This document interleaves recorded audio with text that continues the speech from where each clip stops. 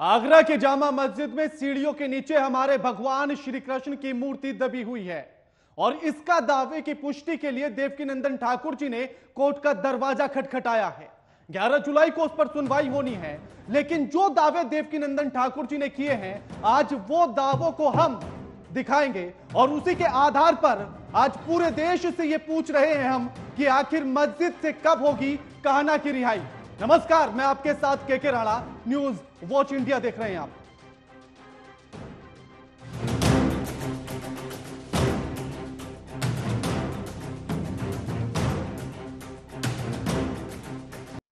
आज हम आपके सामने दावों की पुष्टि करेंगे। बताइए कि कैसे हमारे यानी कि हमारे भगवान श्री कृष्ण को पापी औरंगजेब, बिल्कुल पापी बोल रहा हूं आज मैं उसे, पापी औरंगजेब ने उनका मंदिर तोड़वाया, कैसे उसको आगरा की जामा मस्जिद की सीढ़ियों के नीचे दबाया और उसने, पापी ने, धूर्त ने, औरंगजेब की नीचता वाला मकसद था इसके पीछे, ताकि सीढ़ियों से जो भी गुजर कर जाएगा वो हमारे भगवान श्री कृष्ण के ऊपर पैर रख कर जाएगा। और आज हम इसीलिए यह मुद्दा उठा रहे हैं कि देश को, भारत देश को अब श्री कृष्ण की जामा मस्जिद से रिहाई चाहिए। आज उस मुद्दे पर हम चर्चा करेंगे, लेकिन उससे पहले इस पूरे माजरे को समझने के लिए रिपोर्ट देखिए।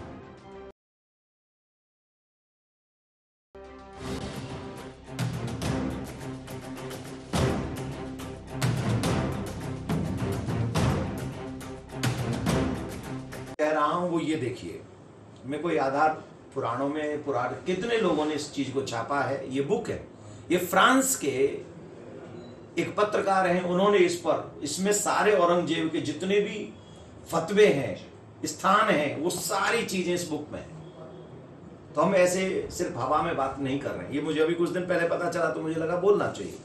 हम सेक्युलर हैं, सभी धर्मों का आदर करते हैं, तो सवाल ये है कि हमारे कृष्ण की आगरा की मस्जिद से रिहाई कब होगी? औरंगजेब के पापों का हिसाब आखिर कब होगा? मौका गुरु पूर्णिमा का था, लेकिन देवकीनंदन ठाकुर जी ने जिस मुद्दे को उठाया वो हमारी आस्था से जुड़ा है, हमारे अस्तित्व से जुड़ा है। देवकीनंदन ठाकुर ने आगरा की जिस जामा मस्जिद की सीढ़ियों के नीचे भगवान श्री कृष्ण की मूर्ति होने की बात कही, उसे लेकर इतिहास में दावे क्या कुछ हैं, ग्राफिक्स के जरिए से समझाते हैं। दावा है, अपने शासन में जुल्म और क्रूरता की हद पार करने वाले औरंगजेब ने 1670 में मथुरा के ठाकुर केशवदेव जी का मंदिर तोड़वाया। मंदिर तोड़ने के बाद श्री कृष्ण की मूर्तियों को आगरा ले गया। आगरा की जामा मस्जिद की सीढ़ियों के नीचे कृष्ण की मूर्ति को दबवाया। सीढ़ी के नीचे कृष्ण मूर्ति छिपाने के पीछे की वजह औरंगजेब का खास मकसद था। औरंगजेब चाहता था कि मूर्ति मस्जिद में आने वालों के पैरों के नीचे रहे।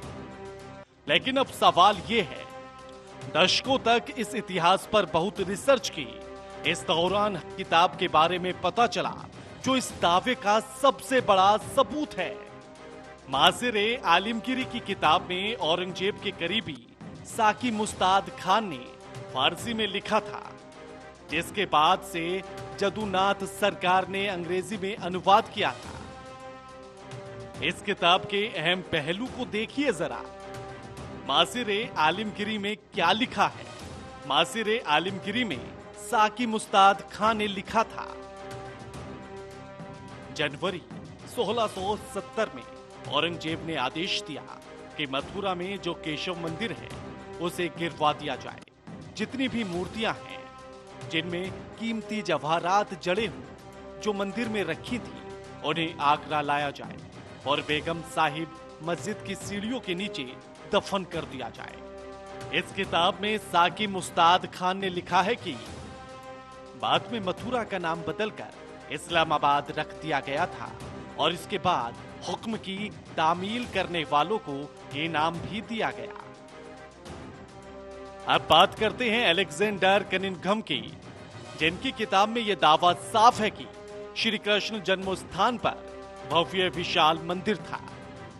1862 में अलेक्जेंडर कनिंघम ने क्या लिखा? इसमें कोई संदेह नहीं कि विशाल मंदिर था जो कई बार ध्वस्त किया गया और कई बार बनवाया गया। जिन पत्थरों का प्रयोग मस्जिद के किनारों को बनाने के लिए किया गया था, उससे पता चलता है कि यह मंदिर 1663 में खड़ा था।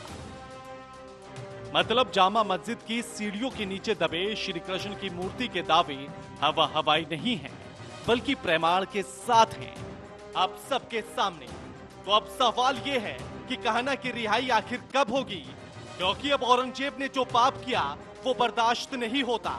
अब देश श्री कृष्ण का आगरा की मस्जिद में कैद रहना किसी भी कीमत पर बर्दाश्त नहीं करेगा। 11 जुलाई को कोर्ट में सुनवाई है, इंतजार है। Bureau report, news watch India. तो आज हमारा बेबाक सवाल यही है कि आखिर कहना की रिहाई कब होगी, आखिर कब जामा मस्जिद की सीढ़ियों के नीचे दबाए गए भगवान कृष्ण की मूर्ति कब बाहर आएगी, कब उस मस्जिद से बाहर कृष्ण की मूर्ति को लाया जाएगा। हम हिंदुस्तान में रहते हैं, सेक्युलर देश है, तो क्या इसके लिए मुस्लिम भी साथ देंगे? हिंदू, मुस्लिम, सिख, ईसाई आपस में है भाई भाई।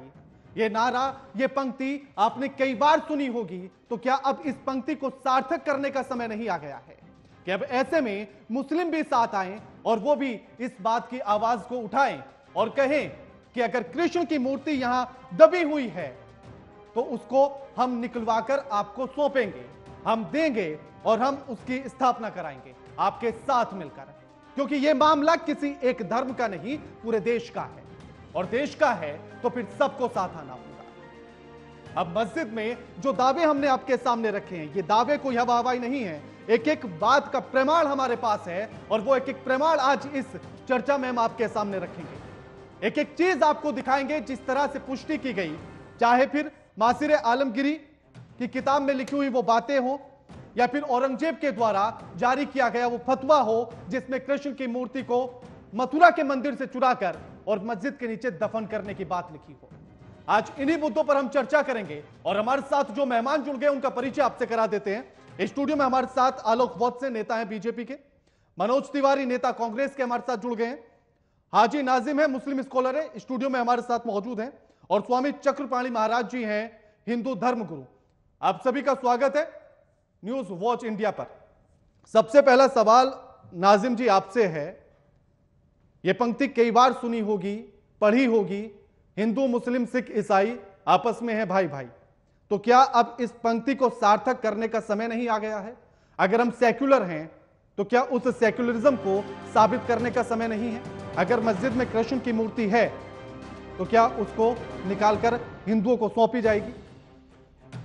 राणा जी, जिस तरीके से अभी आपने बात कही, हिंदू, मुस्लिम, सिख, ईसाई भाईचारे की बात करी, बहुत अच्छा है, लेकिन जहां जामा मस्जिद के सीढ़ियों के नीचे कृष्ण जी को कैद करने वाली बात बड़ी हास्यपात्र बात है। अब ये बताएं आप कि भगवान जी को सीढ़ियों के नीचे कैद कर देना, ये कौन से तर्क है, कौन सी बात है? इस तरीके की फर्जी बातें हैं ये सब। देश नहीं सर बात आप सुनेंगे तो पता चलेगा। अभी आपने अपने डिबेट शो चालू होने से पहले कहा औरंगजेब रहमतुल्लाह अलैह को पापी शब्द कह के संबोधित किया। ये आपने किस तरीके का, ये बताइए कौन सा पाप उन्होंने किया जो आपने पापी शब्द कह के इस तरीके के उनको संबोधित किया? आपको बुरा लग रहा है औरंगजेब पापी? आपको बुरा लग रहा है? बिल्कुल, आपने उन्हें पापी कहा, बिल्कुल गलत है। मथुरा के मंदिर तुड़वाता है, मथुरा के मंदिर तुड़वाता है, और तमाम आंकड़े हैं मेरे पास। उसके बाद जनवरी 1670 में मंदिर तुड़वाया जाता है मथुरा में केशव राय का। उसके बाद फिर 1669 में मंदिर तुड़वाया जाता है विश्वनाथ वाला। राणा जी, उसको पापी ना कहूं तो क्या कहूं? सुनिए राणा जी, आपने अभी मंदिर की बात कही ना, मैं आपको बताता हूँ, काशी दौर जब बनाया गया, कितने रास्ते में मंदिर है, कितनों को ध्वस्त किया गया, और उनको क्यों विस्थापित नहीं करा गया, उनको क्यों नहीं बनाया गया? ठीक है, जब आप बात करें तो बात पूरी सुनिए, पूरी मैं सुनूंगा ना। औरंगजेब के रास्ते में कौन सा मंदिर था?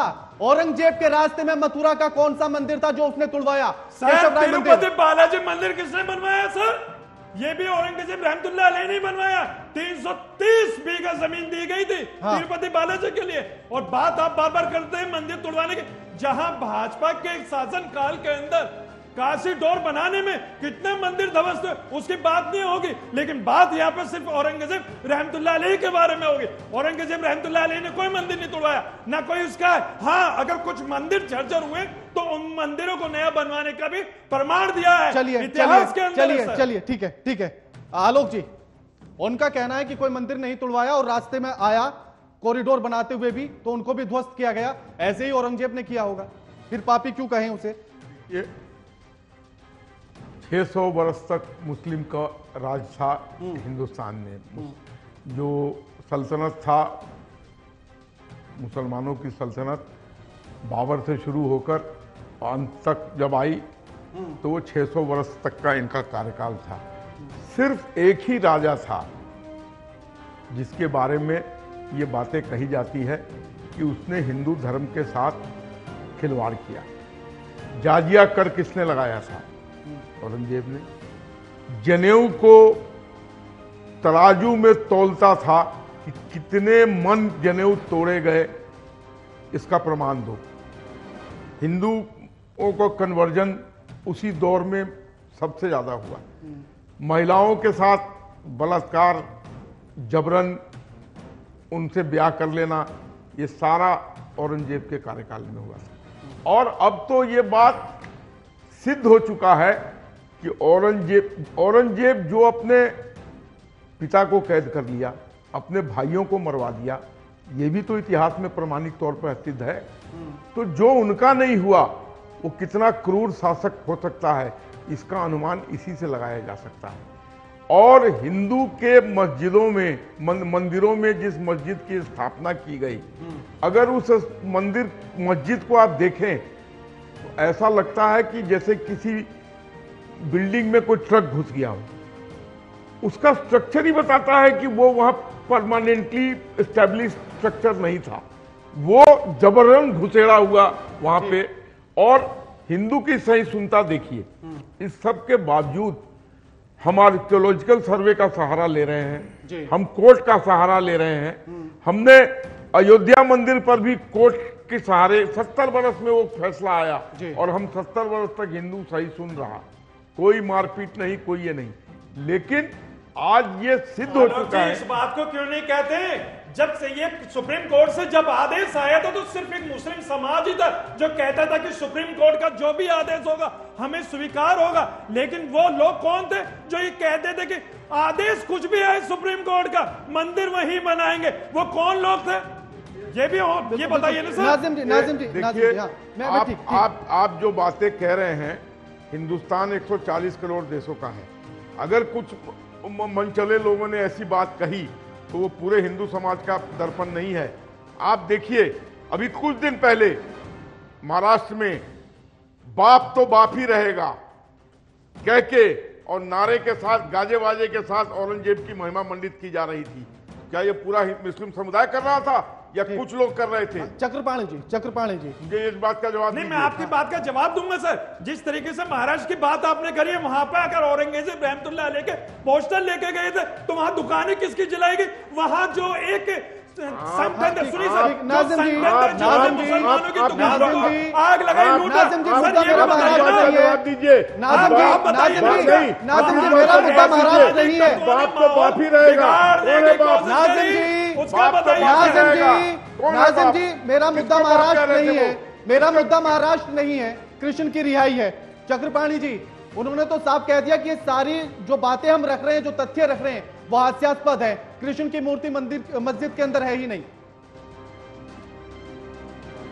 वरिष्ठ पत्रकार है, अच्छी प्रकार से जानते हैं कि पिछले आजादी के बाद से ही जिस प्रकार से भारत में मुस्लिम तुष्टीकरण हुआ, कहीं ना कहीं वो सर्प से बोल रहा है और उसी का परिणाम है कि वर्तमान में इतिहास को भी झुठलाने का प्रयास किया जा रहा है।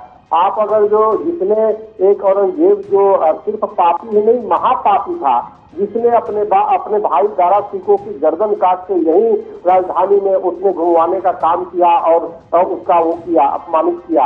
अपने जो पिता का नहीं हुआ सलाखों के अंदर उसने पूरे आजीवन वो कर दिया, जो एक विदेशी आक्रांता था। और सबसे बड़ी बात ये थी राणा जी की, आप जरा देखिए, जिसकी आपने पहले ही साकी मुश्ताक की पुस्तक की बात की, वो साकी मुश्ताक कौन था? वो साकी मुश्ताक कोई और नहीं था, वो औरंगजेब कालीन औरंगजेब के दरबार में बैठने वाला, औरंगजेब के जो मिनट्स लिखने का, इतिहास लिखने का काम करता था, वो था। चक्रपाणी महाराज जी, ये बताइए, अभी आपने तलवार की बात करी है, तो आपके बैकग्राउंड में जो तलवार नजर आ रही है, ये क्या है? अरे सुनो, अरे नहीं सर, आपने तलवार की बात करी है, तो आप ये बताइए ना, आप डिबेट के अंदर पीछे बैकग्राउंड में तलवार लटका के क्यों बैठे हुए? ये कौन सा शस्त्र वो है? नहीं, यहाँ कौन सी प्रदर्शनी चल रही है? ये किस तरीके की बात है? आप जब दूसरे की तरफ उंगली उठा रहे हैं ना, एक एक करके बात बोलते, चलिए बात करेंगे। चक्रपाणी जी बोल लीजिए ना, आप अपनी बात रखिए। चक्रपाणी जी, इनके मुंह में खुजली होती है, बीच में टोकते जरूर है। देखिए, सवाल है कि 1707 में औरंगजेब की मृत्यु होती है और 1710 में वही इतिहासकार साकी मुश्ताक ने अपनी पुस्तक जो है मासिर आलमगीरी निकालते हैं। अब मासिर आलमगीरी जो पुस्तक है, राणा जी आप भी एक इतिहास के जानकार हैं, बैठे हुए डिबेट में सभी लोग विद्वान हैं, यहाँ तक कि हमारे हाजी नाजी साहब भी पढ़े लिखे हैं, लेकिन वो कई बार टालते रहते हैं, हम भी बनना चाहते हैं। वो साकी मुश्ताक मिनट्स लिखते थे, तो इतिहास में औरंगजेब लिखवाता था, इसलिए लिखवाता तो जानता था कि हम तो अमर रहेंगे। बिल्कुल तो चक्रपाणी जी, मैं तो उस किताब की फोटोकॉपी साथ लेकर बैठा हूं, इसीलिए। हाँ, मैं राणा जी 24 मई 1669 को उसने दिन रविवार होता है और उसका जो लुटेरा खान बहादुर राजस्थान से खूब मंदिरों को तोड़ के लाता है और वहां पे सोने चांदी हीरे जवाहरात प्रतिमाएं लेकर के आता है।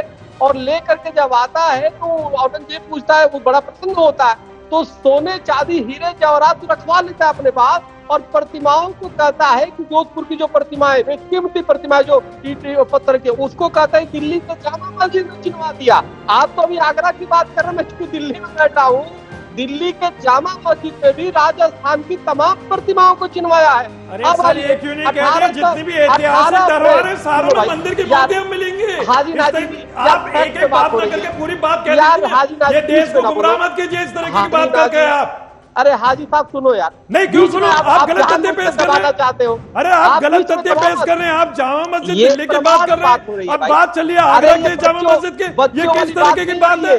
अरे सर, दो चेहरे मत रखिए, एक ही चेहरा रखिए। नाजी साहब बात सुनो, नाजी साहब बात सुनो भाई, ये साक्ष्य और प्रमाण के आधार पे बात हो रहा है, जनों की बात हो रही है, जो इतिहास को जानते हैं उसकी बात हो रही थी।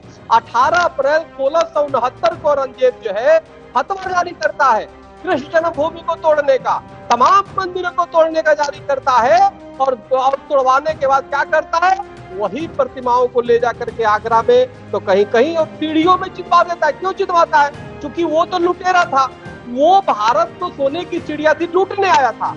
अब जो उसकी तो इतनी औकात नहीं थी, इतनी फटीचर था कि एक मस्जिद ढंग से बनवा ले। आप कह रहे मंदिर बनाया तिरुपति जी, अरे जिसको इस्लाम को तो सबसे पहला केरल में हिंदू राजा ने मंदिर दिया भाई, बनवाने के लिए जगह दिया, मस्जिद बनाने के लिए जमीन दिया। कैसी बातें करते हैं। और औरंगजेब की बातें कर, उस लुटेरा क्या देगा, खुद लूटने आया था, उसने हमारे मंदिर को तोड़ा और हींग लगे में फिटकरी मंदिरों पे गुंबद बना दिया। चक्रपाणी जी, लौटता हूं आपके पास। हाजी साहब पहले राम अवतार थे इनके पूर्वज, आज हाजी नाजी बैठ के हमसे लड़ रहे हैं, भाई से लड़वा दिया। कहां तक हाजी साहब, उसकी पुतला आपको फूकना चाहिए औरंगजेब का, तो आप हमारे ये खून के प्यासे हो, आप तो हमारे भाई हो यार, वो विदेशी आक्रांताओं के लिए क्यों लड़ रहे हो? यहाँ लड़ाई मुस्लिम और हिंदू की नहीं है, यहाँ लड़ाई विदेशी आक्रांता बनाम जो भारतीयता की है। और हाजी नाजी साहब आपके पूर्वज हिंदू थे, कहीं ना कहीं राम अवतार शर्मा आप हो गए, कहीं ना कहीं विष्णु जी हो गए, कहीं ना कहीं महाराज जी इस्लाम की अच्छाइयां थी जो कबूल किया। ये किस तरीके की बात आप बार बार इस तरीके की करे जा रहे हैं? मैं देखिए सुनिए, आप जो बार बार ये कह रहे हैं औरंगजेब रहमतुल्लाह अलैह के बारे में, आपने कोई भी प्रमाण सही नहीं दिया। पहले तो आप अपने हिस्ट्री पे जानकारी ले लीजिए। आपने बात करी मंदिर तोड़ने की, इसके बारे में पूरे तथ्य निकाल लीजिए। नाजिम जी आपके पास भी लौटता हूँ, चक्रपाणी जी आपके पास भी लौटता हूँ, मनोज तिवारी। राणा जी ऐसे नहीं होगा, इनसे पूछिए फतवा किस स्टेट को जारी किया, आप बताओ। मैं लूंगा, आपका सवाल लूंगा। मनोज तिवारी को भी जरा शामिल कर लें चर्चा में। मनोज तिवारी जी पूछिए, हाजी नाजी साहब से पूछिए कि फतवा का डेट क्या था। अरे ये मुल्क जो संविधान से चलेगा या फतवों से चलेगा? बार बार जो आप फतवे की बात कर रहे हैं। नाजिम जी आपके पास भी आऊंगा। हाँ, चक्रपाणी जी लौटता हूँ आपके पास। मनोज तिवारी, कृष्ण की मूर्ति जामा मस्जिद में है, इस बात के तथ्य हैं, प्रमाण है पुष्टि हो रही है। आवाज उठाएंगे। देखिए के राणा साहब, जो विषय आपने उठाया है वो विषय जो है एक्सकैवेशन का है, इतिहासकारों का है और इतिहासकारों के साक्ष्यों पर आधारित होगा। दूसरी बात, आज का जो विषय है आपका, वो आपने किसी एक किताब से लेकर के उसको उद्वेलित किया और इस पर तमाम बहुत सारे रिसर्च हुए हैं, बहुत सारी चीजें आज इतिहास में प्रमाणित हैं, इतिहास में साक्ष्यों के आधार पर आधारित है। देखिए, एक चीज मैं आपको बताता हूँ, औरंगजेब ने क्या किया। औरंगजेब के पहले जितने आताताई थे, जो आक्रांता थे, उन तमाम लोगों ने जिन्होंने देश को लूटा, देखिए ये सारी चीजों जो है ये साक्ष्यों के आधार पर है और विगत तकरीबन सैकड़ों वर्ष से इस पर इतिहासकारों के भिन्न भिन्न मत रहे हैं। आज जो विषय है, उस विषय पर जो आपकी चर्चा है, वो चर्चा किसी एक विषय और एक इतिहासकार और एक साक्ष्य पर आधारित है, लेकिन बहुत सारे साक्ष्य इतिहास हिंदुस्तान में मौजूद हैं, इसलिए इन विषयों पर कोई धार्मिक तो आप ये बात मानते हैं, क्योंकि इतिहासकारों ने ये बातें लिख दी हैं, सबने ये कह दिया है कि मूर्ति वहां है, तो आप इस बात को मानते हैं नहीं? देखिए, ये मामला कोर्ट में है और कोर्ट का जो है आदेश जो होगा, सब लोगों ने बोला कि ये कोर्ट का जो आदेश होगा, उस आदेश के मुताबिक सब लोगों को मान्य होना चाहिए। लेकिन नाजिम जी तो कह रहे हैं, नाजिम जी तो ये कह रहे हैं कि मामला हास्यास्पद है, तो वो चर्चा आपके द्वारा उद्वेलित, देखिए किसी जो भी साक्ष्य है, वो साक्ष्य आपके द्वारा लाया गया है, वो साक्ष्य किसी इतिहासकार ने लिखा होगा, लेकिन इस देश में बहुत सारे इतिहासकार हैं, उन इतिहासकारों के साक्ष्यों को आधार बनाकर जो कोर्ट में दाखिल किया गया है, कोर्ट उस पर निर्णय लेगी, जो निर्णय लेगी वो समाज के सभी लोगों को स्वीकार होगा। नहीं, हाजिम जी की बात पर आप एग्री करते हैं या नहीं करते हैं? उन्होंने कहा कि पूरा मामला हास्यास्पद है, आप साथ हैं या खिलाफ हैं? मैंने बोला कि बिल्कुल हाजी साहब की बातों का नहीं, मैंने क्या बोला कि जितने भी तथ्य हैं, उस तथ्यों के आधार पर कोर्ट जो अपना निर्णय लेगी, एक किसी उदाहरण के आधार पर, एक किसी साक्ष्य के आधार पर, अगर उसको आप पूरे देश में धार्मिक तुष्टीकरण का मुद्दा बनाएंगे, ये देश और समाज के लिए हितकर नहीं होगा, इसलिए उसको कोर्ट के द्वारा, कोर्ट के निर्णय की प्रतीक्षा करनी चाहिए। आप कोर्ट गए, न्यायालय का जो निर्णय होगा उस पर समाज के सभी लोगों को उसको मानना चाहिए। ठीक है नाजिम जी, आप कह रहे हैं कि पूरा मामला ही हास्यास्पद है। हास्यास्पद कैसे माना जाए अगर औरंगजेब का दरबारी किताब को लिखता है और वही इस बात को कहता है कि ऐसा किया गया, फतवा जारी किया गया था, उसने ऐसा आदेश दिया था कि मंदिर को वहां से उठाकर लाया गया मथुरा से और सीढ़ियों के नीचे दबाया गया। उसका यह मकसद था कि जो भी लोग सीढ़ियों से गुजरे तो वो कृष्ण की मूर्ति के ऊपर पैर रखकर गुजरेंगे। राणा जी, मैंने इसीलिए ये बात हास्यास्पद कही थी। एक बात बताएं, क्या भगवान कभी कैद हो सकते हैं? जिस तरीके की बात आ रही है, बात जब सीढ़ियों की आती है कि सीढ़ियों के नीचे मंदिर को लाया और मंदिर को उसके सीढ़ियों के नीचे दबा दिया गया। मंदिर नहीं, मूर्ती नहीं, अभी आपने नहीं सर, आपने पहले मंदिर को कहा था, मंदिर नहीं कहा था, मंदिर नहीं कहा था, रिकॉर्डिंग सुन लेना, रिकॉर्डिंग सुन लेना, उसके बाद मंदिर नहीं कहा, मंदिर नहीं कहा, मंदिर कहा। आप स्क्रीन पे लिखी हुई लाइनें देखिए, मूर्ति ही कहा है।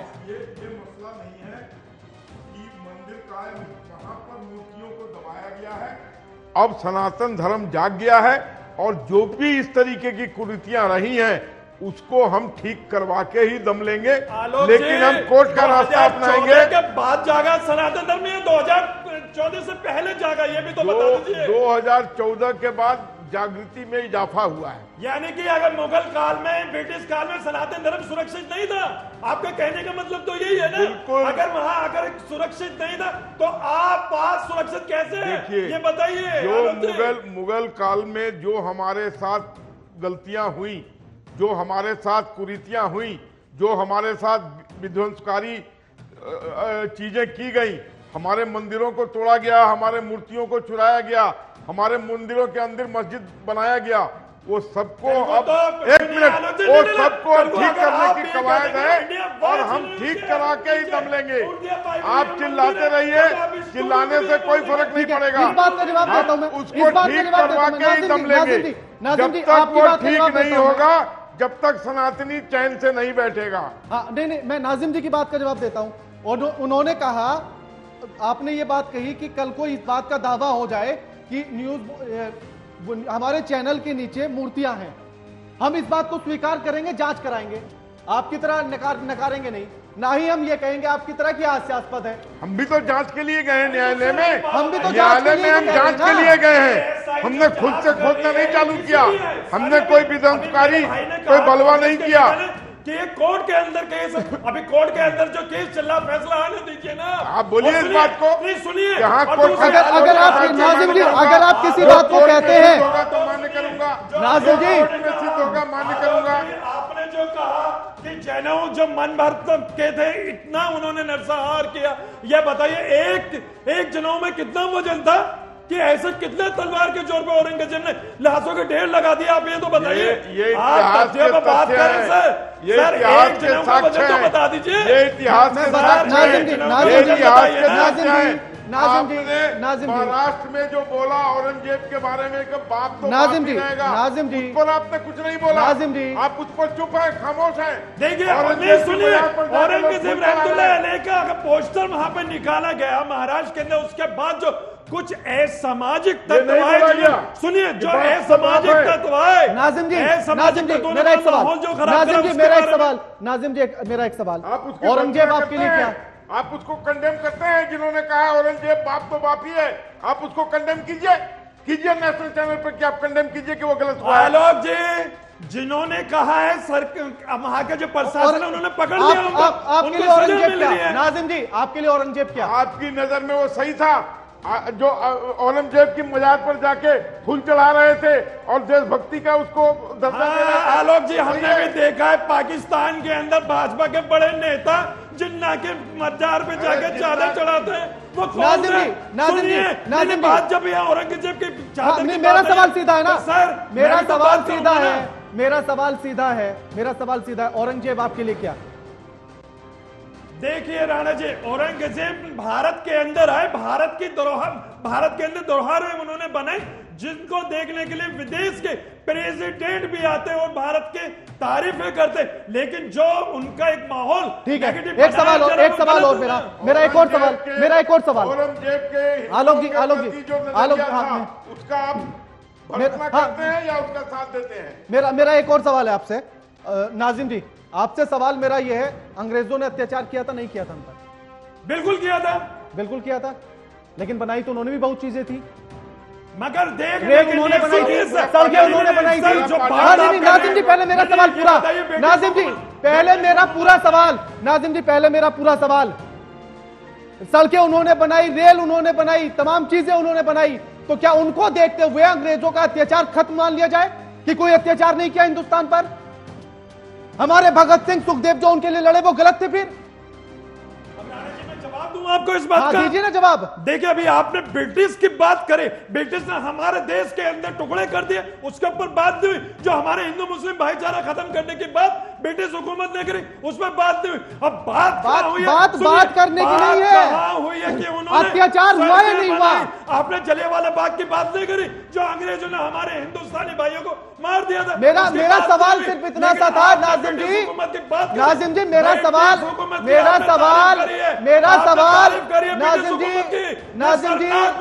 नाजिम जी से भारत की तारीफ होनी चाहिए, ब्रिटिश हुकूमत की तारीफ क्यों? तारीफ नहीं कर रहा मैं यही पूछ रहा हूं। तारीफ करिए सर, तारीफ नहीं की, ना तारीफ नहीं कर रहा मैं। मेरा सीधा सवाल था आपसे कि अगर उनकी इन कामों को देखें कि उन्होंने सड़कें बनाई, उन्होंने रेल बनाई, तो क्या आप अंग्रेजों के अत्याचार को भूल जाएंगे? राणा जी उन्होंने भारत के टुकड़े करे, उस पर तो आपने कोई, मैं वही तो कह रहा हूँ। आपने कहा औरंगजेब ने चीजें जो बनाई, ब्रिटिश हुकूमत ने भारत वो गलत करवाई। मैं कहता रहा हूँ, आपने कहा कि औरंगजेब ने जो चीजें बनाई उनको याद करना चाहिए, तो क्या उसके अत्याचार को भूल जाए? तो फिर सुनिए, आप भाजपा के जो प्रवक्ता बैठे उनसे कह दीजिए जितनी मुस्लिम धरोहर से कमाई होती है वो मुसलमानों को दे दी जाए। क्यों नहीं देते? क्यों अपने कहाँ का मुद्दा कहाँ ले जा रहे हैं महाराज? आप कहाँ का मुद्दा कहाँ ले जा रहे हैं? आप कहाँ का मुद्दा कहाँ ले जा रहे हैं? मुद्दे को कहाँ से कहाँ डाइवर्ट कर रहे हैं? बिल्कुल गलत कर रहे हैं। बात सही को सही कहिए ना, आप सही को सही कहिए, आप सही को सही कहिए, नाजिम जी सही को सही कहिए। भारत के मुसलमानों को नहीं मिलनी चाहिए। मैं कह तो रहा हूँ ना, आप सही को सही कहिए ना। भारत के मुसलमानों को स्वतंत्रता और अगर उनको सुकून नहीं मिलता तो 14 करोड़ से वो आज 30 करोड़ नहीं पहुंच जाते। ये मत बोलिए आप। बात है, सारी चीजें, सारी सुविधाएं आपको दी गई है, एक एक चीज आपको दिया गया है, लेकिन आपके पूर्वजों ने ठीक है चक्रपाणी जी, हाँ ठीक है चक्रपाणी जी, तो हम क्षमा नहीं करेंगे। चक्रपाणी जी, चीजें लेकर रहे हैं। चक्रपाणी जी, उनका कहना औरंगजेब ने तमाम इमारतें बनाई। ले लीजिए जो चाइना ने कब्जे में कर रखा है। ठीक, नाजिम जी, हाँ ठीक। चक्रपाणी जी, घबराइए मत, मानसरोवर भी लेकर रहेंगे। हाँ चक्रपाणी जी, नाजिम जी का ये कहना है, आंखें लाल देखी थी, सीना चौड़ा देखा था। हाँ, मैं चक्रपाणी जी से सवाल ले लूं। चक्रपाणी जी, नाजिम जी का ये कहना है कि औरंगजेब ने जो धरोहरें बनाकर दी हमें, जो इमारतें बनाकर दी, हमें उनको याद रखना चाहिए, अत्याचार उसने नहीं किया। देखिए राणा जी, आप एक राष्ट्रवादी पत्रकार हैं, आप जानते हैं अच्छी तरह, चूंकि राम मंदिर का केस हमने लड़ा था सुप्रीम कोर्ट में भी, बड़ी संघर्ष किया, यानी सैकड़ों साल के बाद राम मंदिर का जो है मार्ग प्रशस्त हुआ और हिंदुओं ने लीगल तरीके अपनाया। अब आप देखिए, सबसे पहले कि जो औरंगजेब को अपना आदर्श मान रहा आखिर है कौन? अब बैठे हुए हाजी नाजी साहब, इनको चैलेंज करता हूं, अभी एक बार वंदे मातरम बोल के दिखा दे, एक बार वंदे मातरम बोल दे तो मैं मान जाऊंगा कि राष्ट्रभक्त है। 100 रुपया इनाम दूंगा। हाजी साहब, 100 रुपया इनाम दूंगा। साबित नहीं होगी मेरी देशभक्ति मेरे दिल के अंदर है, मुझे प्रमाण देने की जरूरत नहीं है आपके। जो भी आप कह रहे हैं वंदे मातरम की बात, पांचों वक्त इस जमीन को सजदे करता हूँ, आपको कहने की जरूरत नहीं है। अगर आप वंदे मातरम का सही आलेखन कर ले, आपको निकाल ले, तो आपको पता चल जाएगा ये कौन सी बात आती है। आप ये कहते हैं वंदे मातरम, अरे मैं भारत जिंदाबाद के नारे लगाता हूँ, मेरे लिए देश सर्वोपरि है। ठीक। ब्रेक के बाद आपको औरंगजेब का वो फतवा भी दिखाएंगे जो उर्दू में उसने लिखा था मंदिर तुड़वाने के लिए, और उसके बाद वहां से मूर्ति चुरा कर लाने के लिए और मस्जिद की सीढ़ियों के नीचे दफन करने के लिए। और ये उर्दू का फतवा मैं खुद नाजिम जी से पढ़वाऊंगा, क्योंकि उर्दू वो बेहतर समझते होंगे। मुद्दा वही है कि आखिर कृष्ण की रिहाई कब होगी, हमारे भगवान श्री कृष्ण की रिहाई कब होगी। और ये सिर्फ कोई एक या दो आदमी नहीं बोल रहे हैं, पूरा हिंदुस्तान बोल रहा है। और पूरा हिंदुस्तान अब ये चाहता है कि कृष्ण की रिहाई होनी चाहिए, हमारे भगवान की, हमारे आराध्य की, हमारी आस्था के केंद्र की, हमारे अस्तित्व की रिहाई अब होनी चाहिए। जामा मस्जिद की सीढ़ियों के नीचे जो कृष्ण की मूर्ति है वो वहां से निकलकर बाहर आनी चाहिए। और इसी बात को लेकर आज हम चर्चा कर रहे हैं और फिर से इसी पर हम अब सवाल करेंगे। नाजिम जी, आप इस मुद्दे को लगातार यही कह रहे हैं कि हास्यास्पद है, बस मेरा आपसे सिर्फ इतना सा कहना है कि अगर दावे हैं, अगर दरबारी उसका कहता है औरंगजेब का कि वहां कृष्ण की मूर्ति दबवाई गई, फतवा जारी किया गया था, तो आप इतने की बातों को आधार क्यों नहीं मान लेते कि चलिए अगर ऐसा है तो ठीक है हम साथ चलते हैं, अगर मूर्ति निकलती है तो आपको सौंपी जाएगी। देखिए राणा जी, जिस तरीके से अभी आप बार बार एक ही बात कर रहे हैं, मैंने कहा कि ये जो एक जांच का विषय वो सुप्रीम कोर्ट हो, हाई कोर्ट हो या निचली अदालत में भी केस चल रहा है। जब कानूनी प्रक्रिया हो जाएगी, जब जो भी रिजल्ट सामने आएगा वो पूरे भारत के आवाम को स्वीकार करना पड़ेगा। लेकिन रही बात सर, बार बार आप जो कहते हैं ना कि हमारे आराध्य भगवान कृष्ण जी को कैद कर दिया, तो मुझे बड़ा दुख होता है कि भगवान को कैद कर दिया। आप पूरी पंक्ति नहीं सुनते मेरी, सर, मैंने आप पूरी पंक्ति नहीं सुनते मेरी, सर, मेरी पूरी पंक्ति वही है, मेरे आराध्य भगवान श्री कृष्ण की मूर्ति, मेरे आराध्य भगवान श्री कृष्ण की मूर्ति, यही मेरी पंक्ति है। चक्रपाणी जी, उनका कहना है कि मामला कोर्ट में है तो इसलिए इस पर चर्चा ना की जाए। नहीं, चर्चा कीजिए, लेकिन तो फिर आप मानिए ना इस बात को, तो आप मानिए ना इस बात को, आप मानिए ना इस बात को, कैद कर सकते तो आप मानिए ना इस बात को, तो आप इस बात को मानिए ना। हाँ ठीक है चक्रपाणी जी, लौटता हूँ आपके पास। नहीं, चक्रपाणी जी ले रहे तो हाजी नाजी बोल रहे हैं, क्या ये भी स्वामी चक्रपाणी है क्या? मुझे समझ में नहीं आ रहा है भाई। बीच में एक तो बोलते हैं आप मेरा नाम ले रहे तो भी हाजी नाजी बोल रहे हैं। देखो हाजी नाजी जी, हर व्यक्ति का, राणा जी, हर व्यक्ति का एक संवैधानिक दायित्व है। कोई भी मंत्री, कोई भी कुछ भी बनता है तो संविधान का शपथ लेता है, इस मातृभूमि का शपथ लेता है। अब इस डिबेट में बैठे हमें लगता है सब राष्ट्रभक्त हैं। हाजी नाजी के अंदर अगर थोड़ी भी राष्ट्रभक्ति तो एक बार वंदे मातरम सिर्फ बोल दे, और राणा जी इनसे बुलवाइए, तब डिबेट में बैठने का इनके मतलब है। नहीं तो जब वंदे मातरम नहीं बोल सकते तो कोई देशभक्ति है, आपको प्रमाण पत्र नहीं देना। आप एक बार बोलो, आप एक बार बोलो वंदे मातरम, कौन सी बात आप बार बार कर रहे हैं? अगर मेरी देशभक्ति अगर आपको देखनी है ना तो आप इंडिया गेट में जाइए, मेरे अपने बुजुर्गों के नाम लिखे हुए जिन्होंने हंसते फांसी के बदले इस मुल्क को आजाद कराने के लिए। मुझे आपको प्रमाण पत्र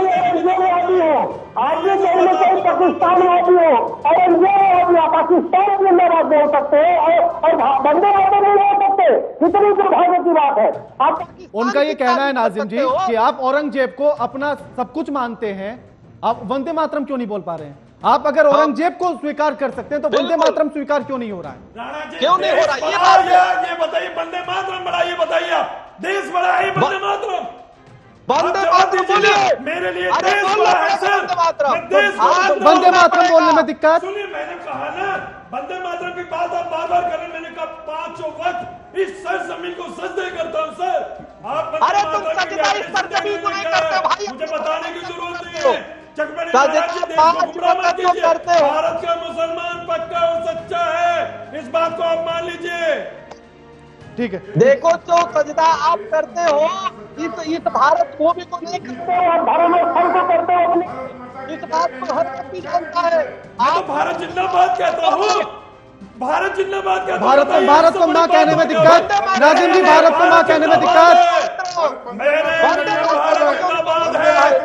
भारत मां की जय बोलने में क्या दिक्कत है?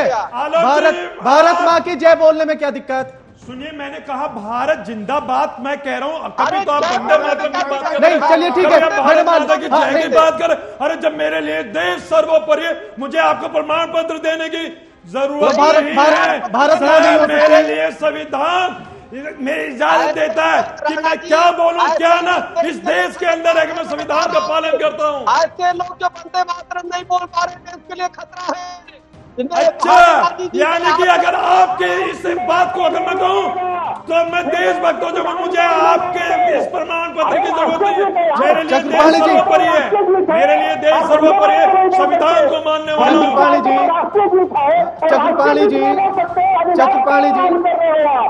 चक्रपाणी जी मेरा बड़ा सीधा सवाल था नाजिम जी से। मेरा सवाल सिर्फ सीधा सा इतना था इनसे कि अगर दावे किए गए, अगर औरंगजेब के दरबारी इस बात को कहता है कि हां फतवा जारी किया गया था, मूर्ति मथुरा से चुरा कर लाई गई आगरा, तो इस बात को ये स्वीकार क्यों नहीं करते थे? जब एक बात आपके पास लौटूंगा मैं नाजिम जी, आपके पास लौटूंगा मैं, आपके पास लौटूंगा मैं। चक्रपाणी जी इनकी बातें ऐसी है जैसे असंवैधानिक व्यक्ति बातें करता है। पानी पी पी करके तो औरंगजेब का समर्थन कर रहे हैं। अरे एक बार संविधान का भी समर्थन कर दो भाई। राणा जी तो यही तो कह रहे कि भाई जब आरोप लगे तो जांच करा लो।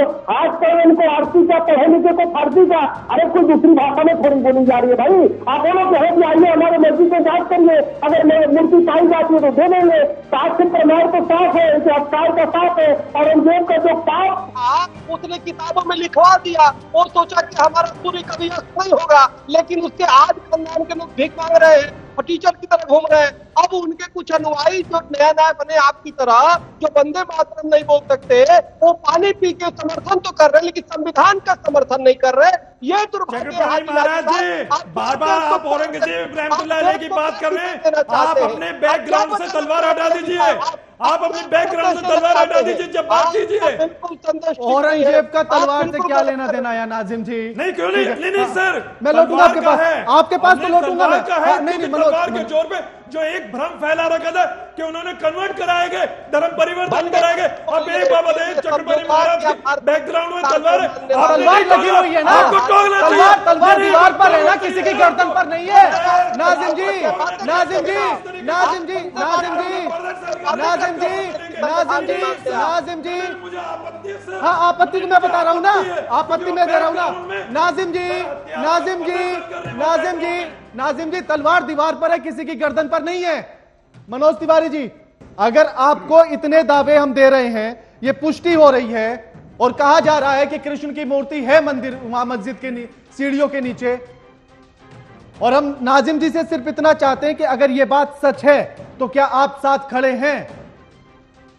सबसे पहले के राणा साहब, आपके स्टूडियो से जारी जो साक्ष्य है उसके आधार पर हम अपनी भारतीयता और भारतीयता की संस्कृति को नष्ट और विनष्ट उस पर चर्चा नहीं करेंगे। मैं आपको बताता हूं, आप अभी भारतीय जनता पार्टी के प्रवक्ता महोदय की बात को मैं सुन रहा था ये वैसे देशभक्त लोग हैं, जब किसी राष्ट्र के प्रति राष्ट्र के नागरिक की आवश्यकता होती है तो वो राष्ट्र का विरोध करके और इस देश का खिलाफत करते हैं और अपने आप को राष्ट्र कहते हैं कि हम राष्ट्र के समर्थक हैं। इनको याद होना चाहिए कि वैसे लोगों के साथ हैं। इनकी जागरूकता देख लीजिए। मैंने बताया 1837 के बाद से जब आंदोलन हुए और आंदोलन की शुरुआत हुई, उस आंदोलन में कभी भी इन्होंने देश की मिट्टी का साथ नहीं दिया और वो वैसे लोगों की चारकी कर रहे हैं जिन लोगों मनोज तिवारी जी, मेरा सवाल अलग था। मनोज तिवारी जी, मेरा सवाल हो रही है, मेरा सवाल कीजिए, आप दूसरी बात भाई मैं कर रहा हूँ, मैं ले रहा हूँ, मैंने टॉप दिया। 2024 का चुनाव है मनोज जी, 2000 के चुनाव की मनोज जी, मेरा सवाल बड़ा स्पष्ट है। आप लोग धार्मिक उन्माद पैदा करके मोदी जी, मनोज जी, मेरा सवाल बड़ा स्पष्ट है, धार्मिक उन्माद का नहीं है, आस्था का है। हम लोगों के पास बहुत सारे मुद्दे हैं और जितना ही आप उस मुद्दों पर चर्चा करवाइएगा, आज के तारीख में हिंदुस्तान की जनता आपके चैनल पर मनोज तिवारी जी, आप मेरा सवाल पे तो रहिए ना, आप पता नहीं कहां लेकर जा रहे हैं। मेरा सीधा सा सवाल है कि अगर तथ्य हैं, अगर उन तथ्यों की पुष्टि होती है तो आप साथ है या नहीं है? बेरोजगारी की आज इस देश में नौजवानों को बेरोजगारी सता रही है। इस देश में बहुत सारी मूलभूत समस्याएं हैं। मनोज जी, जिस दिन तुष्टीकरण का मनोज जी आप चर्चा मनोज जी, वो चर्चा मनोज जी, सुनिए, कोर्ट में लंबित है। हाँ नहीं मनोज जी, मेरा सवाल अभी बेरोजगार या रोजगार पर नहीं है ना। जब ये सवाल भी थे तो आलोक जी से पूछे ना, कितने तीखे सवाल इनसे किए मैंने, लेकिन मेरा सवाल अभी कृष्ण की रिहाई पर है। हम देश के मेरा सवाल अभी कृष्ण की रिहाई पर है। अब आप लोगों का ये सब मुद्दा नहीं चलेगा। मनोज जी, मेरा सवाल कृष्ण की रिहाई पर है। आप कृष्ण की रिहाई में साथ है या नहीं है? मेरा सवाल कृष्ण की रिहाई पर है। मनोज जी, मनोज जी, मनोज जी, चर्चा करवाइए। मनोज जी, मेरा सवाल कृष्ण की रिहाई पर है। ये सब ताम झाम जो है मोदी मनोज जी जी, 2024 मनोज जी, खातिर है। अब ये सब नहीं मनोज जी, चलेगा। नहीं मनोज जी, मेरा सवाल कृष्ण की रिहाई का है। जनाब, कृष्ण जी को मुक्त कराने का ठेका सिर्फ आपके पास नहीं है। मैं तो आपको देता हूँ ना ठेका, आप ले लीजिए। और हमारे मैं अपना दायित्व निभा रहा हूँ, आप अपना निभा लीजिए। है क्या कि अपने स्टूडियो से कृष्ण भगवान को मुक्त करवा दीजिएगा? मैं तो आपसे पूछ रहा हूँ ना, आप साथ है या नहीं है? आप साथ है या नहीं है? आपके पास कोई दावा नहीं है। मैं कह रहा हूँ साक्ष्य, कई हजार साक्ष्य पड़े हुए हैं। भगवान को उसमें ले जाकर के आप इस गंदे खेल में मत ढकेलिए। भगवान सबके हैं, सबके। आप क्यों नहीं मान लेते फिर? भी आराध्य। अरे राणा साहब, अगर भगवान सबके हैं तो आप भगवान के साथ खड़े क्यों नहीं हो रहे हैं? अगर भगवान सबके हैं मनोज जी, तो आप साथ क्यों नहीं आते हैं? अपने चैनल की विश्वसनीयता को बनाए रखने की मेरे चैनल की विश्वसनीयता है, मेरे चैनल की विश्वसनीयता है। अब ये बंद करवाइए। मनोज जी, वही कह रहा हूँ मैं, मेरे चैनल की विश्वसनीयता है। ठीक है, सवाल बीजेपी से भी पूछे हैं मैंने। ठीक है, ठीक है, ठीक है, देख लीजिए साक्ष्य है। नहीं, आप सवाल ही नहीं समझ रहे हैं, आप पता नहीं कहानी सुना रहे हैं मुझे। धार्मिक भावना से हाँ ठीक है। नाजिम जी, आपने लगातार कहा कि वो हास्यास्पद है। ये फतवा उर्दू में लिखा हुआ जो औरंगजेब ने लिखा था वो मेरे पास है। उर्दू तो मुझे आती नहीं, आप बेहतर समझते होंगे, पढ़ के दिखा दीजिए आप। अगर मैं इसका पढ़ता हूं तो पता क्या कहेंगे, तुगलकी फरमान अभी से लागू कर दिया। मैं आगे इसे नहीं पढ़ूंगा। नहीं, मैं कह रहा हूं आप ये फतवा पढ़िए ना, आप ये फतवा पढ़िए ना। कहेंगे कि देखिए औरंगजेब रहमतुल्लाह अलैह की बातों को हाजी नाजिम भी सिद्ध कर रहा है। तो नहीं, तो मैं तो कह रहा हूं मैं पढ़ देता, मुझे उर्दू नहीं आती। आपका जो काम आपका वो आप ही पढ़ के सुनाए। तो मैं कह रहा हूं उर्दू मुझे नहीं आती ना। उर्दू नहीं आती तो अगर मैं बताऊंगा तो फिर कहेंगे कि धर्म परिवर्तन वाली बात नहीं ना, नहीं ना, मेरे पास इंग्लिश में है, मेरे पास इंग्लिश ट्रांसलेशन है, मेरे पास इंग्लिश ट्रांसलेशन है। नाजिम जी, बात पूरी सुन लीजिए ना। हाँ, मैं वही कह रहा हूँ ना, मेरे पास इंग्लिश ट्रांसलेशन है, आप ये पढ़िए, मैं इंग्लिश वाली से मैच करूंगा, ये सच है या ये सच है, आप पढ़िए। नहीं, बिल्कुल नहीं, सुनिए सर, आप इंग्लिश में पढ़िए, मैं उर्दू में नहीं पढ़ूंगा, क्योंकि मैं जानता हूं कि जिस तरीके का माहौल देश के अंदर बन रहा है। ठीक है, चलिए, मैं बता रहा हूं ना, मैं इंग्लिश वाले का बता रहा हूं ना आपको। इंग्लिश वाले में सीधा लिखा हुआ है 11 फरवरी 1670 में औरंगजेब का यह आदेश था कि मथुरा का मंदिर तोड़ा जाए। और मथुरा का मंदिर का नाम केशव राय है, जिसको ध्वस्त किया जाए। अब आप इस फतवे में पढ़ दीजिए, इसमें ये बातें हैं या नहीं है। अब उनका कहना है कि प्रिंट साफ निकाल के दे, ये पुराना प्रिंट है, अब इससे ज्यादा साफ मैं कहां चलाऊंगा। सुनिए, आपको कुछ तो समझ में आ रहा होगा ना, मेरे पास तो इंग्लिश वाला भी ऐसा ही है। मैंने आपकी बात सारी समझ ली, मैंने देख लिया, पहली नजर में मैंने देश से देख माफी लिया कि मांगिए। जिस तरीके के प्रमाण आप दे रहे हैं। आप डिनाई कर देते ना, आप डिनाई कर देते ना, आप डिनाई कर देते, आप डिनाई कर देते कि ऐसा कुछ नहीं है। मैं कहता रहा हूँ ना, आप कह देते कि ऐसा इसमें कुछ नहीं है। कर दूं जब आप एक झूठा प्रोपेगेंडा। मैं कह तो रहा हूँ ना, जब मैंने ये पढ़ा, जब मैंने ये पढ़ा, मैं वही तो कह रहा हूँ। नाजिम जी, नाजिम जी, नाजिम जी, नाजिम जी, देख लिया कि इसमें लिखा हुआ है हाँ, कि तो फिर मस्जिद नहीं, को छोड़ा जाए। अगर मैं ये इसलिए कह रहा आप हूँ, नहीं बोल रहे हैं। हाँ, आपने अगर मैंने पढ़ ये लिया कहा है, था, आपकी सरसरी निगाहों से आपने देख लिया इसकी सच्चाई क्या है। और एक चीज जान लीजिए नाज़िम साहब, कितना भी चिल्लाइएगा, सनातन धर्म जाग अगर- चुका है। आपके द्वारा किए गए नाजिम जी, एक नाजिम जी, लेके रहेंगे, नाजिम जी, एक नाजिम जी। हिसाब लेके रहेंगे। नाजिम जी, अगर मैंने इंग्लिश में जो पढ़ा था, जिसका हिंदी अनुवाद मैंने बताया था, अगर ये लाइन इसमें नहीं थी, आप सीधा मना कर देते। नहीं है, आप साफ प्रिंट की बात करने लगे, आप साफ प्रिंट की बात करने लगे और उसके बाद कह रहे हैं कि आप प्रोपेगेंडा चला रहे हैं। अगर आप या तो मैं प्रोपेगेंडा चला रहा हूं या प्रिंट साफ नहीं मानता, मैं इस बातों को नहीं मानता कि इस तरीके के मंदिर को तोड़ के वहां कृष्ण जी की मूर्तियां चुराई। अरे तो महाराज, ये तो उर्दू का लिखा हुआ है। महाराज जी, अब जब बात आपने छेड़ी है तो पूरी सुनिए। एक बात बताइए, जब शासक औरंगजेब रहमतुल्लाह अलैह थे तो उन्हें चुराने की क्या जरूरत है? जब बार बार बात आप कह रहे हैं कि मूर्तियां चुराएगी, कौन सी चुराएगी? अरे जिसका राज होता है वो मूर्तियों को चुराएगा क्या? पहला झूठ तो यही पकड़ा जाता है। और दूसरी बात सर, जो बार बार आप ये कहते हैं कि हमारे भगवान श्री कृष्ण जी को कैद कर दिया, उनको रिहाई दिलवाई जाए, सब बड़ी हाथ से पर्दे बात है। भगवान को कभी रिहा नहीं कराया जा सकता। भगवान तो खुद रिहा है, भगवान तो सब कुछ देगा। मैं तो भगवान की मूर्ति की बात कर रहा हूँ बार बार। कहां से आ रही है? मैं तो बार बार भगवान की मूर्ति की बात कर रहा हूँ, श्री कृष्ण की मूर्ति की बात कर रहा हूँ, उसकी रिहाई की मांग कर रहा हूँ मैं। तो सर एक बात बताइए, उनकी मूर्तियां है कहां? जब जामा मस्जिद की सीढ़ी के नीचे, जामा मस्जिद की सीढ़ी के नीचे, जामा मस्जिद की सीढ़ी के नीचे है, जामा मस्जिद की सीढ़ी के नीचे। मनोज जी हाथ उतार दे। मनोज जी लास्ट कमेंट, आप कुछ कहना चाह रहे थे। देखिए, सबसे पहले मैं राणा साहब भारतीय जनता पार्टी के प्रवक्ता का जवाब दे रहा हूँ कि देखिए, आप एक राजनीतिक दल हैं और आपने कहा कि मोदी जी के आने के बाद 2014 के बाद सनातन धर्म के प्रति जागरूकता बढ़ी है। तो कृपया ये बताएं कि आपके ही दल के वाजपेयी जी के साथ सनातन धर्म के प्रति आपकी जागरूकता क्या? दूसरी बात, आप बताइए, आपकी एक उम्र हो चुकी है, 10 वर्ष पहले भी आप राजनीतिक रूप से जागरूक व्यक्ति थे। आप जैसे लोग क्या सनातन धर्म के प्रति जागरूक नहीं थे क्या? और अगर आप जागरूक नहीं थे तो आप लोगों पर प्रश्न चिन्ह है कि इस देश की अस्मिता और धर्म के प्रति आपकी संजीदगी जो है बिल्कुल नहीं थी। और इसके जितने दोषी औरंगजेब जैसे लोग थे, उतने ही जैसे दोषी आप लोग भी हैं। इसलिए इस धर्म की संजीदगी के लिए आप अपने समय काल को समाज से क्षमा मांगिए। आप समाज से क्षमा मांगिए कि हमसे भूल हो गई और हम अपने धर्म की संजीदगी नहीं रखते थे। दिखाई नहीं देता है कि सनातनियों के साथ क्या क्या जुल्म हुए। आप तुष्टीकरण की राजनीति करते हैं, करते रहेंगे, इसके लिए आपको सनातनियों की पीड़ा दिखाई नहीं देगी। लेकिन अब सनातन धर्म जाग चुका है, हिंदू जागरूक हो चुका है, संगठित हो चुका है। हम अपने ऊपर किए गए एक एक जुल्म का पाई का हिसाब लेकर रहेंगे। विवेकानंद के धर्म मानिए, विवेकानंद जी के हिंदू धर्म के व्याख्यान को सुनिए, समझिए, अब आपको समझ में आएगा। मुद्दे से मत भटकिए, मुद्दे से नहीं, मुद्दे से नहीं, कल उस पर चर्चा की हमने।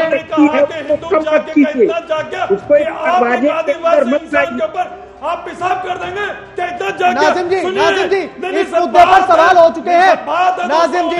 नाजिम जी, कल इस मुद्दे पर बात हो चुकी है, चर्चा हो चुकी है। चक्रपाणी जी, लास्ट सवाल आपसे ले रहा हूं। जब मैंने इंग्लिश वाली जो उर्दू में फतवा जारी किया था औरंगजेब ने, जब उसका इंग्लिश वाला मैंने पढ़ा और उसका हिंदी में अनुवाद करके बताया इनको, नाजिम जी को, और उर्दू वाला उनको दिया कि आप बताइए कि जो पंक्तियां मैंने बोली हैं क्या वो इस उर्दू वाले में लिखी है या नहीं है। तो पहले इन्होंने देखा और उसके बाद कहते हैं कि कुछ साफ सा प्रिंट लेकर आइए, पढ़ लिया, समझ और लिया, उसके बाद कहते हैं जान गए क्या लिखा हुआ है। और उसके बाद कहते हैं कि आप तो प्रोपेगेंडा चला रहे हैं, आप तो एजेंडा सेट कर रहे हैं। अरे हाजिम जी बहुत चतुर जिहादी हैं और इनके लिए है कि सच्चाई छुप नहीं सकती, झूठे वो तूलोते, सुगंध आ नहीं सकती कागज के फूलों से। हाजी साहब एक तो वंदे मातरम नहीं बोले, दूसरे प्रमाण राणा जी ने दे दिया, फिर भी देश से माफी नहीं मांग रहे हो। पूरा देश देख रहा है, कम से कम एक बार माफी मांग लो और संवैधानिक तरीके से होगा। ये किस तरह की बात आप कर रहे हैं? आपकी तरह नहीं हो कि देश के अंदर उत्पाद वाली बातें करूंगा, देश के अंदर हमेशा एकता की बात करूंगा, इस तरह की बात नहीं करूंगा। देश के अंदर जो आगरा की जामा मस्जिद में है उसको निकालने के लिए जो भी प्रक्रिया होगी उसमें साथ दोगे। आप अभी देश के सामने बोलो कि संविधान को मानोगे, कानून को मानोगे, और नहीं मानोगे तो संवैधानिक तरीके से मानने पे मजबूर तो होगे। लेकिन आप वंदे मातरम नहीं बोल पा रहे हो, आप वंदे मातरम नहीं बोल रहे हो। किस तरह की बात कर रहे हैं आप? तो आपका चेहरा पूरा देश जब संविधान लिखा गया था ना तो मेरे संविधान के अंदर मेरे अधिकारों को दिया गया था। के बाद अरे सर आपके कहने से मेरे संविधान से मेरे अधिकार कोई खत्म नहीं होंगे। गलत बात मत पेश कीजिए। कह रहे हो कि दूसरी कॉपी लाइए, आप उसको समझ रहे हो कि अंग्रेजी में ट्रांसलेशन है। अरे भाई उर्दू नहीं पढ़ सकते, अंग्रेजी तो पढ़ सकते हो, लेकिन आप सब जानते हुए आप जानबूझ करके अनभिज्ञ बन रहे हो, जो ये गलत बात है। पाप जो औरंगजेब ने किया उस पाप को अपने सिर पे भी जो लेने का पाप कर रहे हो। हाजी नाजी साहब ये त्याग देना, अल्लाह ताला जो रहीम है रहमान है, उनके पास भी जाओगे तो माफ नहीं करेंगे। अरे सर अल्लाह का शुक्र है, मैं फख्र करता हूँ कि मैं भारतीय मुस्लिम हूँ। आपको बताने की जरूरत नहीं है, अरे आपको बताने की जरूरत नहीं है बात। औरंगजेब का समर्थन किया वो बिल्कुल आपको बर्दाश्त नहीं करेंगे, कोड़े लगेगा, वहाँ 72 पूरे नहीं मिलेगी, 72 ठीक है ठीक है आपको। आपने जिस प्रकार से हिंदू सनातन का ठीक है। आप सभी का शुक्रिया हमारे साथ इस चर्चा में शामिल होने के लिए। आलोक जी आपका भी, हाजिम नाजिम जी आपका भी, मनोज तिवारी जी आपका भी और चक्रपाणी जी आपका भी शुक्रिया हमारे साथ इस चर्चा में जुड़ने के लिए और बातचीत करने के लिए, चर्चा करने के लिए। लेकिन सवाल मेरा यही है कि आखिर हमारे आराध्य, हमारा अस्तित्व, हमारे भगवान श्री कृष्ण की मूर्ति की रिहाई आखिर कब होगी? जामा मस्जिद के भीतर जो मूर्ति है आखिर उसकी रिहाई कब होगी? 11 जुलाई को जो देवकीनंदन ठाकुर जी ने याचिका लगाई है कोर्ट में, 11 जुलाई को उस पर सुनवाई होनी है। 11 जुलाई को सुनवाई में क्या होता है, क्या कुछ होता है, वो तो देखने वाली बात होगी ही। लेकिन चंद्रशेखर आजाद ने जो पंक्तियां कही थी कि इतना सब कुछ देखने के बाद भी अब भी जिसका खून ना खोले वो खून नहीं पानी है, और वतन के जो काम ना आए वो बेकार जवानी है। लेकिन इन पंक्तियों को मैं आज के आधार पर बोलता हूं कि इतना सब कुछ देखने के बाद भी जिसका खून ना खोले वो खून नहीं पानी है, और भगवान हमारे आराध्य रिहाई मांग रहे हैं और हिंदुस्तान आवाज उठा रहा है, और उसके बाद भी अगर आप अपने कदम आगे ना बढ़ाएं तो बेकार वो हिंदुस्तानी है, वो हिंदुस्तानी हो ही नहीं सकता है। इस कार्यक्रम में फिलहाल इतना ही, मुझे दीजिए इजाजत, नमस्कार।